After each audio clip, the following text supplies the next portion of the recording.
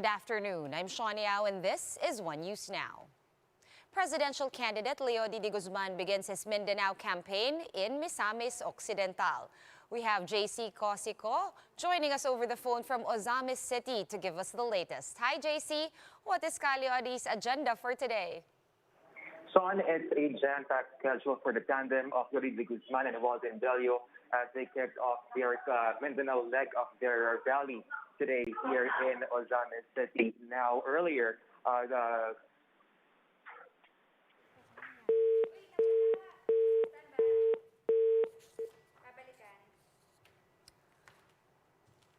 All right, while we fix that connection with JC Cosico in Misamis City, let's first check in on other updates in Philippine politics. Vice President Leni Robredo went around Negros Occidental earlier today to continue her campaign. Robredo was joined by Negros Occidental Governor Bong Lacson, who formally endorsed her presidential bid. VP Leni will be wrapping up the day with a grand rally in Bacolod City. Meanwhile, the Bongbong Sara unit team took their campaign to Laguna. The former senator laid down his plans on agriculture, infrastructure, and energy in a sortie at the Santa Cruz provincial capital. The Marcos-Duterte tandem will also be going around Binyan and Santa Rosa today. LGBT group Bahaghari has called out VP candidate Sara Duterte after she claimed to be part of the LGBT plus community. Bahaghari said in a statement that being part of the community is not a costume to wear during election season. The group also pointed out that Sara's father, President Duterte, did not follow through on his promise to support the SOGI Equality Bill. The Agriculture Department is planning to ramp up the local supply of fertilizer by looking for alternative sources. Agriculture Assistant Secretary Arnel de Mesa told Business World Live that although the country does not directly import fertilizer from Russia, it's still the world's top supplier. The DA has been reaching out to bilateral partners and is tapping local alternatives to get additional supply. On the local side, we are increasing our production of organic and biostimulants, again, to revive the life of the soil, to bring them to a level that we can produce more. On another matter, de Mesa said that the swine industry might recover from the impact of COVID-19 and the African swine fever as early as the third quarter. With additional budget, about 5 billion pesos for the livestock, specifically on the swine industry, we're expecting beginning third and fourth quarter, the swine industry will bounce back and will be on the positive side. All right, let's circle back to JC Cosico, who is still in Misamis City following the campaign trail of Caliody de Guzman. Hi, JC. Sorry we got cut off. What, again, is Caliody's agenda for today in Mindanao? Sean, as I was saying earlier, it's a busy day for the tandem of de Guzman and Bello as they kicked off their Mindanao campaign today. Earlier, they had a courtesy visit to the LGU where the tandem met with Clarin Town Mayor Doris Roa, in which he reiterated his call to repeal the rice tariffication law and give support to farmers, since most of the residents in that area is relying on farming. After that, their tandem went to a barangay in Barangay Panay, also in Clarin Town, where he held a campaign rally. Sean. Right, and what did Caliody discuss in his meetings with the residents over there? Sean, based on their dialogue with Caliody, residents explained their thoughts about farming. That's why Caliody vowed that if he is elected as president, he will again repeal the rice tariffication law and give support to farmers. Sean. All right, and after Misamis City in Misamis, JC, where will the de Guzman and Walden Bello tandem be campaigning next? Sean, following their visit here in Ozamis City and also in Clarion Town, their slate is also scheduled to visit Dangub tomorrow, day 2 of their Misamis Occidental visit, and they will be visiting as well ports of Davao del Norte, Davao del Sur, and Davao de Oro until March 16th, because they will head back to Manila just in time for the presidential and vice presidential debate happening this weekend. Sean. All right, thank you so much for that update, JC Cosico, over the line from Ozamis City and Misamis. Thank you, JC. We're going to pause for a quick break, but we will be back with more stories after that. Keep it here on One News.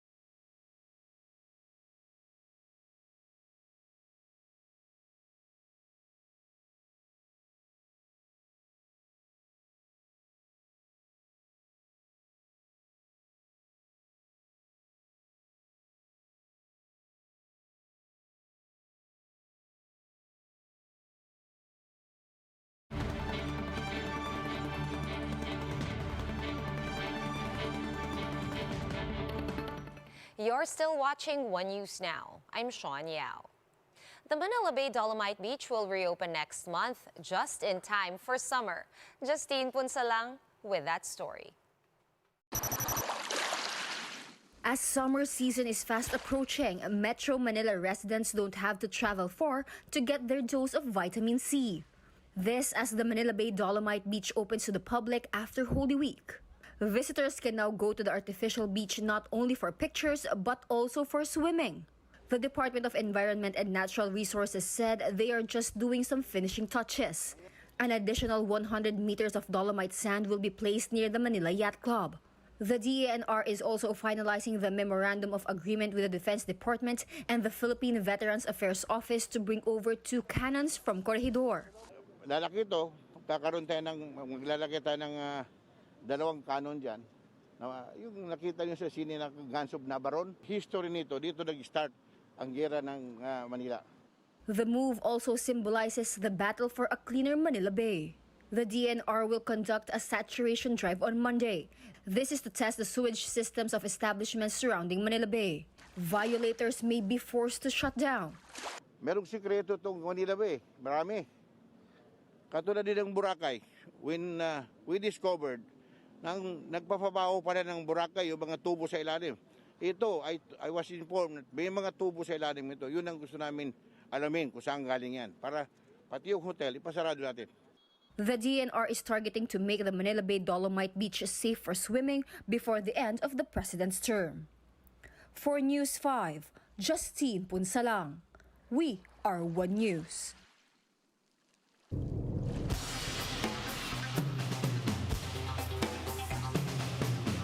And here are some updates on the Ukraine-Russia conflict. Foreign ministers from both the Ukraine and Russia held talks in Turkey as the two countries enter a third week of fighting. However, news reports state that the talks made no progress. Ukrainian President Volodymyr Zelensky accused Russia of committing genocide after it bombed a maternity hospital in Mariupol. The war damage in Ukraine has already topped $100 billion. Ukraine's chief economic advisor, Oleg Ustenko, said half of the businesses in the country have been completely shut down. On the other hand, President Vladimir Putin is confident that Russia will emerge stronger and that sanctions will rebound against the West. Putin said these sanctions will just enforce Russia's self-sufficiency. For more updates, visit News 5, The Philippine Star, and Business World online. Visit our website, onenews.ph, for more in-depth analysis. You can also catch One News on the Signal Play app. Register for a free account at www.signalplay.com and stream One News live anytime, anywhere.